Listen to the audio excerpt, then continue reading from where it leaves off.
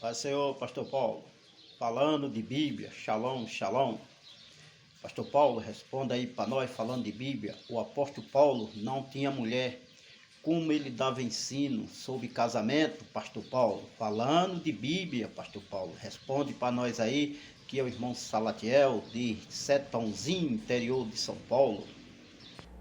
Shalom, shalom, meus amigos. Que alegria poder falar com vocês e nessa feita responder ao meu amigo, meu irmão Salatiel, de Sertãozinho, interior de São Paulo. Gente, Salatiel é um dos primeiros amigos que o Falando de Bíblia me propôs quando eu comecei aqui o canal no YouTube, e eu tenho a alegria hoje de responder uma pergunta quente. Eu acho que a maioria dos cristãos, quando leem o Novo Testamento e eles leem sobre a história de Paulo apóstolo, eles se perguntam: cadê a mulher do apóstolo Paulo? Cadê a família do apóstolo Paulo? Um cara que foi tão dedicado à igreja, uma pessoa que foi tão afinco naquilo que lhe fora designado por Deus. Você lembra em Atos 9, no período em que Jesus se apresenta para ele, quando Ananias vai até a casa onde ele está, e ele está sem comer e sem beber já 3 dias, orando, e Ananias chega lá, faz os anúncios de Deus para ele, o quanto ele deve entender do que ele vai padecer em favor dos gentios. E eu acredito que se muitos de nós ouvíssemos o que Paulo ouviu no começo da sua caminhada, muitos desistiriam da fé. Muitos desistiriam da fé. Porque a ideia que a gente tem é que evangelho não é sofrimento. E evangelho é sofrimento, sim. É a abnegação do nosso próprio eu.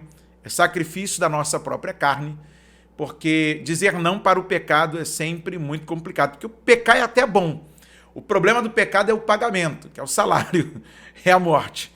Mas nosso irmão Salatiel traz à baila um assunto interessantíssimo. O apóstolo Paulo era casado? Era casado?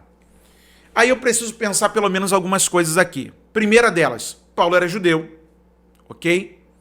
Então, como judeu, ele deveria seguir o mandamento. Se você for ler Pirkei Avot, que é um dos livros de sabedoria dos judeus, você vai ver que está escrito na Pirkei Avot que a primeira ordem ou o primeiro mandamento de Deus ao homem foi o casamento. Que isso, pastor Paulo? Vamos à Bíblia.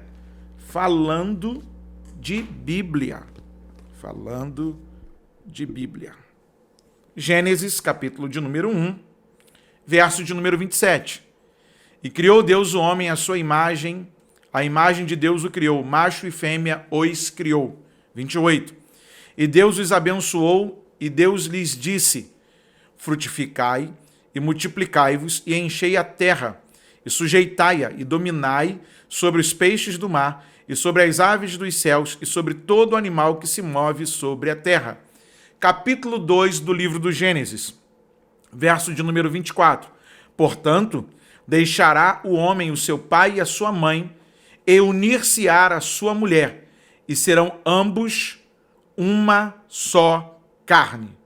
Ou seja, a primeira ordem do Eterno, de Hashem, como dizem os hebreus, o Eterno, foi: unam-se, casem-se, multipliquem-se. Então a Pirkei Avot, que é um dos livros de sabedoria dos judeus, diz que um judeu tem que cumprir esse mandamento a partir dos 18 anos. Porque o casamento é uma dádiva, é uma bênção. Segundo, ele só está proibido de casar jovem se ele estiver debruçado ao ensino.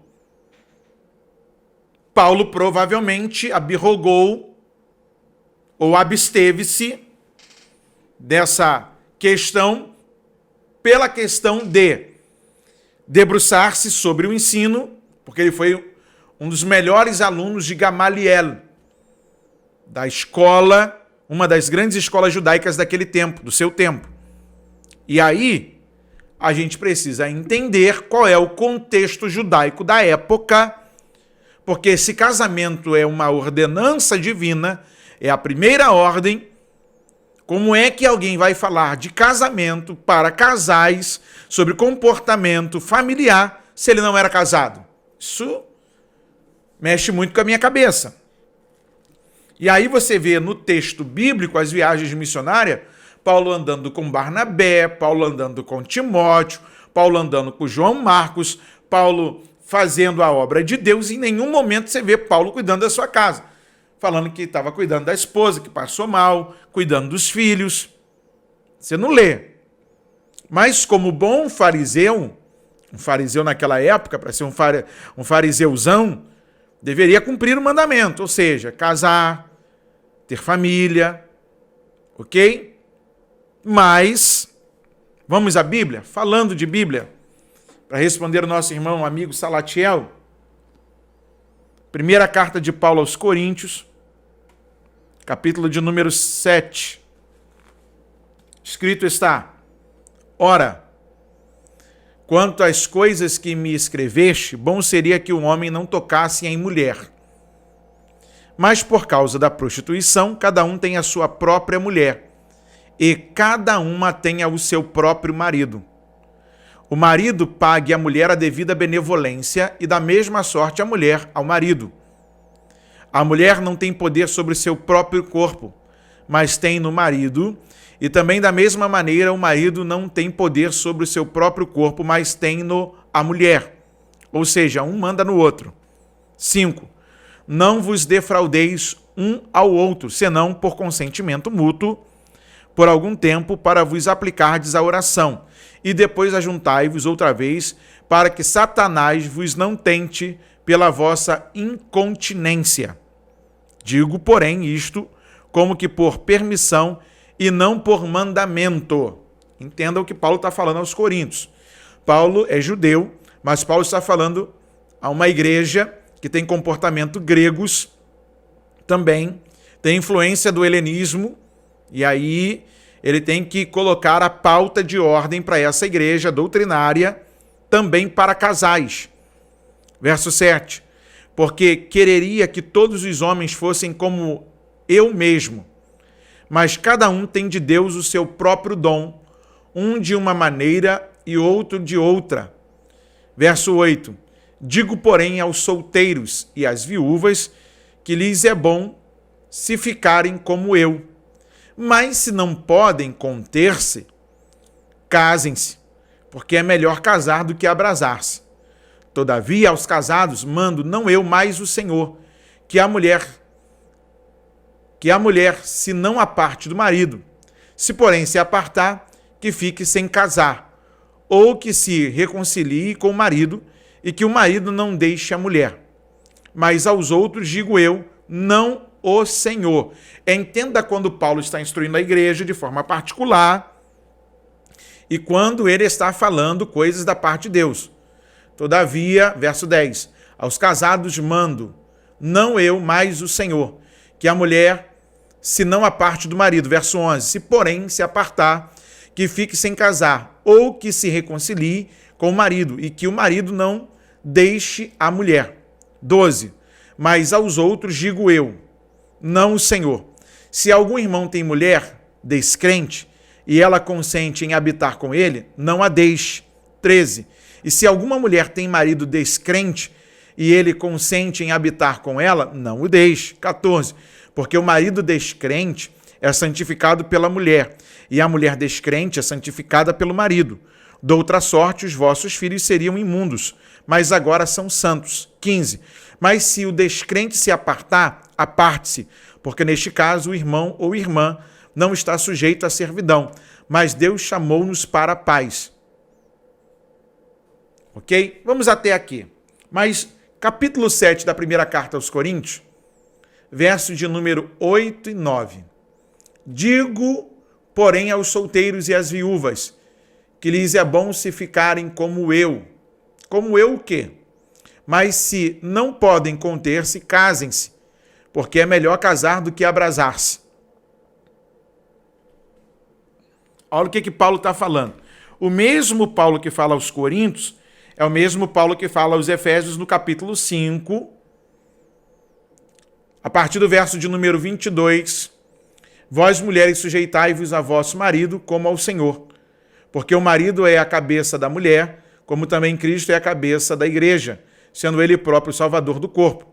De sorte que assim como a igreja está sujeita a Cristo, assim também as mulheres sejam em tudo sujeitas a seu marido. Vós, marido, amai vossa mulher, como também Cristo amou a igreja, e a si mesmo se entregou por ela, para santificar, purificando-a com a lavagem da água pela palavra, para a apresentar a si mesmo igreja gloriosa, sem mácula, nem ruga, nem coisa semelhante, mas santa e irrepreensível. Assim devem os maridos amar a sua própria mulher, como a seu próprio corpo. Quem ama a sua mulher, ama-se a si mesmo. Porque nunca ninguém aborreceu a sua própria carne, antes a alimenta e sustenta, como também o Senhor a igreja. Olha que coisa gloriosa. Paulo está dando recomendações aos cônjuges de que respeitem-se um ao outro e que o amor do marido deve ser como o de Cristo pela igreja, um amor sacrificial. E o amor da mulher como o amor da igreja para com Cristo, que ela seja submissa. E aqui entra a complicação. Paulo era casado ou não? Como é que ele fala de relacionamentos sem ser casado? Porque fica explícito em 1 Coríntios 7, Paulo falando que sejam como eu. Ok? Verso 8, capítulo 7, 1 Coríntios. Digo, porém, aos solteiros e às viúvas que lhes é bom se ficarem como eu. Mas se não podem conter-se, casem-se, porque é melhor casar do que abrasar-se. Paulo está dizendo, se vocês vão viver, seja solteiro ou casado, seja consciente. Faça-se de forma consciente. Então, irmão Salatiel, tudo nos leva a crer, pelo relato bíblico, que Paulo era solteiro. Paulo chamava Timóteo de meu filho na fé, em todo o tempo. Paulo demonstrou todo o seu amor, devotou toda a sua vida a Deus, cuidando das questões da igreja e da evangelização. Não é todo mundo que vai viver isso. Não é todo homem que tem a capacidade de fazer isso. Porque em nenhum momento na Bíblia você vê ele falando de mulher, de filhos, de sogra. A Bíblia fala da sogra de Pedro. Ah, pastor Paulo, mas a Bíblia não conta um monte de história de um monte de mulher dos apóstolos. Mas se Pedro tinha sogra, Pedro tinha mulher. Ok? E a Bíblia não vai contar tudo. Ela vai contar tudo para nós, o que é suficiente para a nossa fé, para nós crermos. Então, parece fácil a resposta do meu irmão Salatiel, mas não é. E biblicamente falando, pelo que está escrito em 1 Coríntios capítulo 7, Paulo se comportava como um cidadão solteiro. Estado civil, solteiro. Pois aí ele tinha tempo para fazer a obra de Deus, que é os solteiros cuidem da obra, e os casados cuidem da sua casa. Você não vai desagradar a sua própria carne, você não vai maltratar a sua própria carne. É o que ele falou lá em Efésios. Você vai cuidar. Então, assim como Cristo cuidou em amor da igreja para a salvação, você deve cuidar da sua casa, os casados. Então, a gente quebra aqui essa dúvida hoje, se Paulo era solteiro, se Paulo era casado. Biblicamente falando, Paulo era solteiro. Se houver outra discordância, a gente volta aqui e faz um segundo vídeo. Mas faça como nosso irmão Salatiel.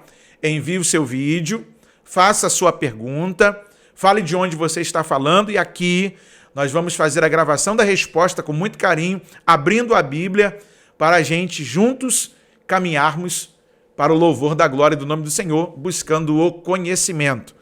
Fica aqui o meu abraço aos meus irmãos de São Paulo, ao meu irmão Salatiel do interior, lá de Sertãozinho, meu amigo da Deus é Amor. Salatiel é da Deus é Amor. Deus continue lhe abençoando, Deus continue lhe dando discernimento, enchendo seu coração da graça e do fervor do Senhor. Grande abraço para todos vocês daqui do Falando de Bíblia.